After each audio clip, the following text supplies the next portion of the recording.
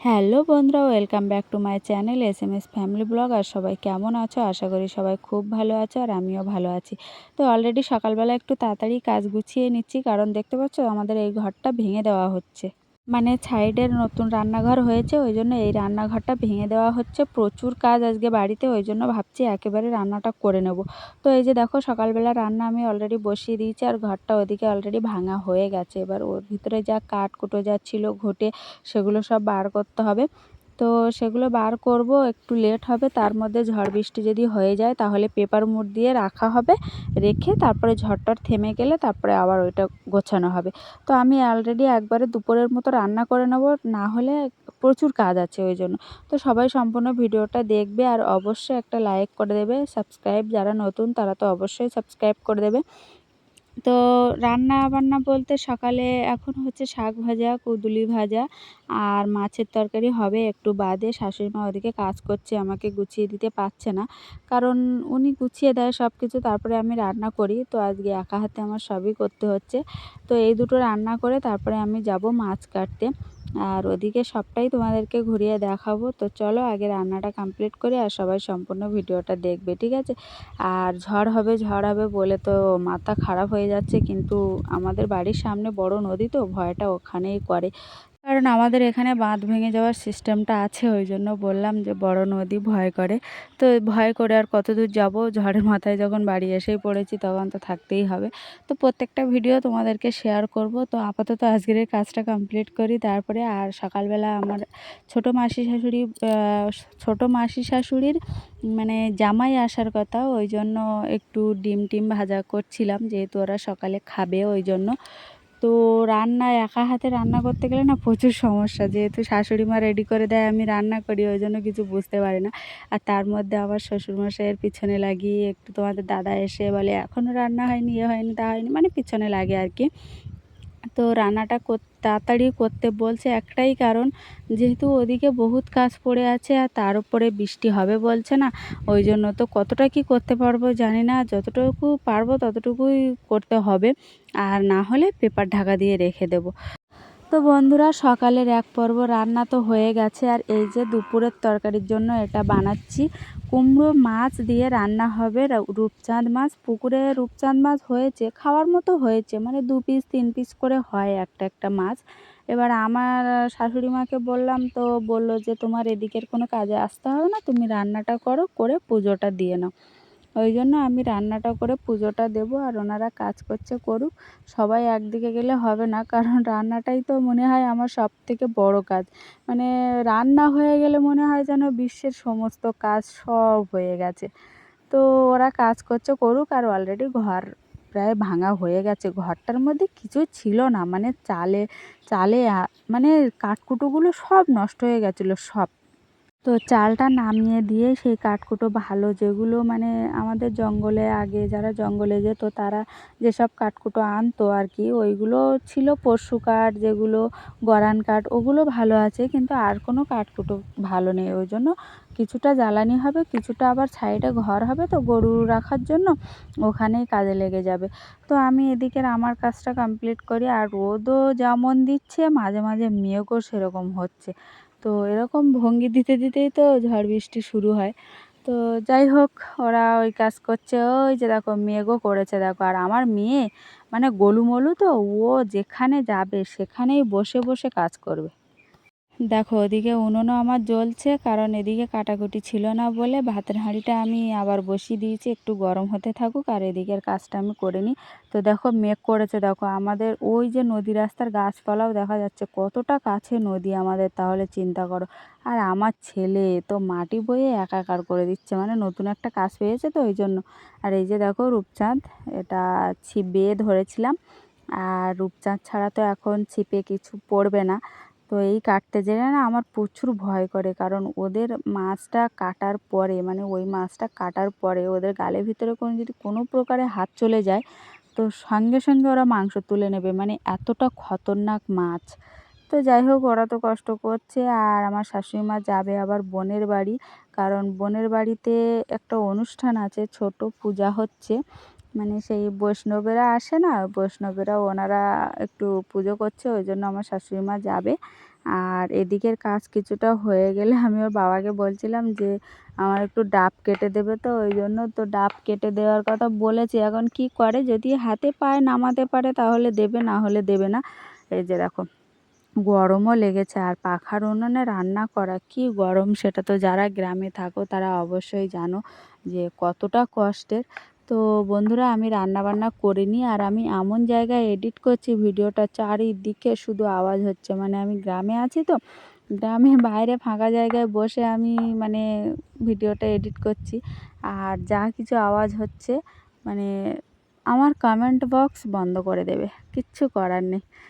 তো দেখো ধোঁয়া লেগেছে, কারণ সামনের ওই যে ঘরটা ছিল ওটা গার্ডের ছিল, তো ওটা মানে ভেঙে দেওয়ার পরে প্রচুর পুবে হাওয়া দিচ্ছে।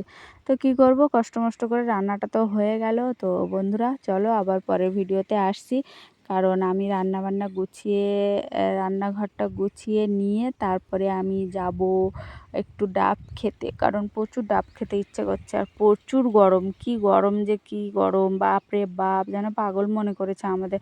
তো যাই হোক, আপাতত রান্না কমপ্লিট। তো চলো আবার একটু বাদে আসছি, ঠিক আছে, টাটা। তো বন্ধুরা, ওদেরও কাজ হয়ে গেছে আর শাশুড়ি মা চান করে বেরিয়ে গেছে, আর এই যে দেখো ডাব খেতে বসে গেছে সবাই। আর আমাদের গাছের ডাবগুলো এত মিষ্টি কি বলবো, মানে এত মিষ্টি জলগুলো। আর ডাব কিন্তু প্রচুর বড় বড় হয়, কিন্তু আমাদের বেশিরভাগ ডাবের জলটা খাওয়া হয়ে যায়, কারণ গাছগুলো ছোট ছোট তো, আর নামাতে সুবিধা হয়, ওই জন্য ডাবটা বেশি গাছে পাকে না। মানে ছোট থেকেই বেশি খাওয়া হয়ে যায় আর কি। আর আমার শ্বশুরমশাইকে দিলাম, আমরা খেলাম। আর অত ছোট ছোট ডাব কিন্তু ভিতরে শ্বাস বসে গেছে। আর আমাদের গ্রাম থেকে যখন ডাব কিনে নিয়ে যায় না, তখন 10 টাকা, 20 টাকা, 25 টাকা এরকম করে দিয়ে নিয়ে চলে যায়, আর ওরা বিক্রি করে 70, 80, 60 এরকম। তো আমার শাশুড়ি মা মাঝে মাঝে ডাব বিক্রি করতে চায় না, বলে আমার ছেলেরা এসে খাবে, ওই জন্য রেখে দেয়। তোমাদের দাদা আবার কিন্তু ডাব পাড়তে গেছে। আমার শ্বশুরমশাই লাস্টে এসছে, তো আমি বললাম যে ছেলে মেয়ে খেয়েছে, মেয়ে খায়নি আর শাশুড়ি মা খায়নি, ওই জন্য আরেকটা আর দুটো রেখে দাও, আর বাবাকে একটা দাও। ওই জন্য আবার দেখো ডাব নিয়ে আসবে, 1 কাঁধি ডাব নিয়ে আসবে। আমি বললাম আমাকে আরেকটা দেবে। ওই জন্য আমার ডাবের জল খেতে খুব ভাল লাগে, কারণ মিষ্টি মিষ্টি লাগে, তো এই জন্য। আর আমাদের আরেকটা ডাব গাছ আছে, কিন্তু সেটার জলটা এত বাজে কি বলবো, খুব নোনা, খুব নোনা। আর আর দুটো ডাব গাছ আছে, মানে খুব মিষ্টি। ডাব আছে কিন্তু এখনও হয়নি। আর সেই কি একটা পোকা লাগে বলে না, ওই জন্য ওই পোকাগুলো বেশিই লাগে, ওই জন্য। আর এই যে দেখো, এগুলো আমি কেটে নিচ্ছি, ভিতরের শাঁসটা খেতে খুবই ভালো লাগে, মানে মিষ্টি লাগে। তো আমি আবার বললাম যে তাড়াতাড়ি খাওয়া দাওয়া করে ডাব টাব খেয়ে চলো চান করতে যাই। তো বললো চান করতে যাব, ঘাট করতে হবে। ঘাট মানে কি, ওই ঘাটের পাশে যে ধরার জন্য একটা লাঠি বাঁধে না, ওইটা। আর আমাদের ওই মোটা কাঠ আছে, খেজুর কাঠ, ওই জন্য ওইটা পুকুরের ভিতরে মাটিতে পাঁকে পুঁতে দেবে। ওই জন্য বললো যে একসঙ্গে দুজন যাব, যেহেতু কাঠটা বসাতে হবে, তো ওই জন্য। আর পা দিতে গেলে কাঠের ওপরে পা যাবে, কারণ মাটিতে আর পা দিতে হবে না, ওই জন্য ওটা দিতে হবে। আর আমার ছেলে সাঁতার শিখছে, তো ওই জন্য ওই লাঠিটা বাঁধতে হবে। তো চলো খাওয়া দাওয়া করে ঘাটে যেয়ে তারপরে আবার দেখা হচ্ছে, ঘাটেও কাজ আছে, চলো। তো বন্ধুরা দেখো, ঘাটে চলে এসেছি, আর লোকে কাজ করে আর আমি অকাজ করি। তোমাদের দাদা কাজ করছে, আর আমি দেখো কি করছি, একবার পেটে ধাক্কা দিচ্ছি, একবার মাথায় বলছি এখানে বাড়ি দিলে না মাথা ফেটে যাবে। আবার কখনো কখনো ঘাড়ের ধারে নিয়ে যে বলছি লোক অজ্ঞান হয়ে যায়, এখানে বাড়ি মারলেই কি অজ্ঞান হয়ে যায়। মানে এই করছি, আর সহ্যও করতে পারে আমাকে, খুব সহ্য করে আমাকে।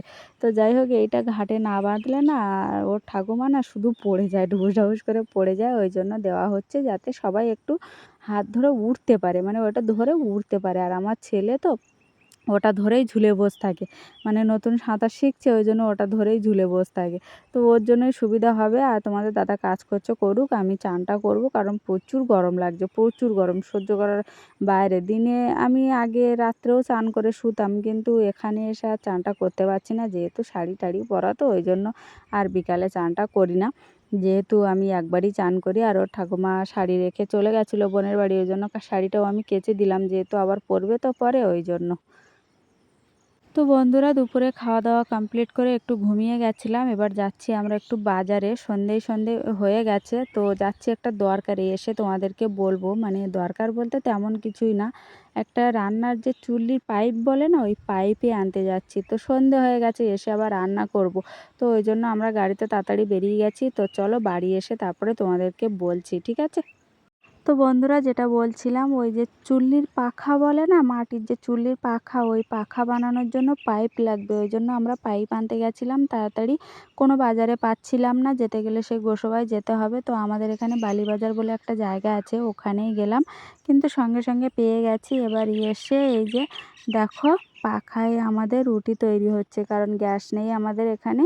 আমার গ্যাসটা ছিল কিন্তু ওভেন নেই, ওই জন্য এইখানে পাখায় রুটিটা হচ্ছে। আর পাখায় রুটি করতে গেলে দুজনই লাগে, কারণ একজন বেলতে হবে, একজন তুলতে হবে। ওই জন্য শাশুড়িমা ওইদিকে তুলছে আর আমি ওইদিকে বেলে দিচ্ছি। আর খুব কষ্ট হচ্ছে, একটু বাদেই তোমাদেরকে একটা ভিডিও দেখাবো আমি, দেখলে তোমাদেরও খুব কষ্ট হবে, কারণ আমার খুব কষ্ট লেগেছে। তো চলো ভিডিওটা কি দেখে নাও, ঠিক আছে? তো বন্ধুরা যে ভিডিওটার কথা বলছিলাম, সেই ভিডিওটা এই দেখো, তোমাদের দাদা রাস্তায় বসেছিল আর এই লক্ষ্মী পেঁচাটা না কারেন্টের শর্ট খেয়েছে আমাদের মানে নদী রাস্তায়। ওটা কত ভোল্টেজের বলে, হাই ভোল্টেজের, কত 12,000 না কত বলে, আমি সঠিক জানি না। কিন্তু আমাদের বাড়ির ভিতরে যেগুলো আছে সেগুলো কম, কিন্তু আমাদের নদী রাস্তায় যেটুকু আছে ওটা অনেক হাই। ওই জন্য ওখানে বসেছিল, বসে না ও শর্ট খেয়েছে, খেয়ে দুম করে তোমাদের দাদার পাশে পড়েছে। আর তোমাদের দাদা যেই কোলে তুলে নিয়েছে, অমনি ও মরে গেছে। মানে কি কষ্ট, তোমাদের দাদাও না দেখে কেঁদে ফেলেছিল। আর দেখো কিভাবে, মানে কিভাবে মানুষের মুখের মতো কি সুন্দরভাবে তাকিয়ে থাকে, এত কষ্ট লাগছিল কি বলবো। লক্ষ্মী পেঁচা দেখতেই লক্ষ্মীর মতো। তো দেখো ও মরে গেছে, তবুও চোখ মুখ দেখলে মনে হবে যে ও মরে গেছে। কতটা কষ্ট লাগে বলো তো এগুলো দেখলে। তো আমার ছেলে দেখে দেখো ওর মুখটা কেমন শুকিয়ে গেছে, আর আমি ওইভাবে নিয়ে বসে আছি। দেখো কেমন লাগে বলো এসব দেখলে। আর লক্ষ্মী পেঁচার মুখটা দেখলে না মনে হয় যেন পুরো শান্তি। ও মরে গেছে, তবুও চোখের দিকে তাকালে মনে হয় স্বয়ং মা লক্ষ্মীকে দেখছি। তো যাই হোক, আমার শ্বশুরমশাই বলল আর ওরকম করে কী লাভ হবে বলো, ও তো মারা গেছে। আর কারেন্টের পোস্টারের ওপরে ওই তারের ওপর বসছিল, তো পায়ে যেখানে লেগেছে না সেখানে পুরো কেমন ছিদ্র হয়ে গেছে। তা আমার শ্বশুরমশাই বলছে যে দাও এই ব্যাগে ভরে দাও, আমি ফেলে দিয়ে আসবো, কারণ বাড়ির সামনে নদী, ফেলে দিয়ে আসা ছাড়া আর তো কোনো কাজ হবে না। ওই জন্য ফেলে দিয়ে আসতে দেখো মন চাইছে না, মানে কতটা কষ্ট হচ্ছে। আর আমার ছেলে দেখো কেমন করছে। তো বন্ধুরা শ্বশুরমশাই তো ওটা ফেলে দিয়ে এসছে, আর আমরা খাওয়া দাওয়া করে নিয়েছি, এবার শুতে যাব, কারণ অনেকটাই রাত হয়ে গেছে।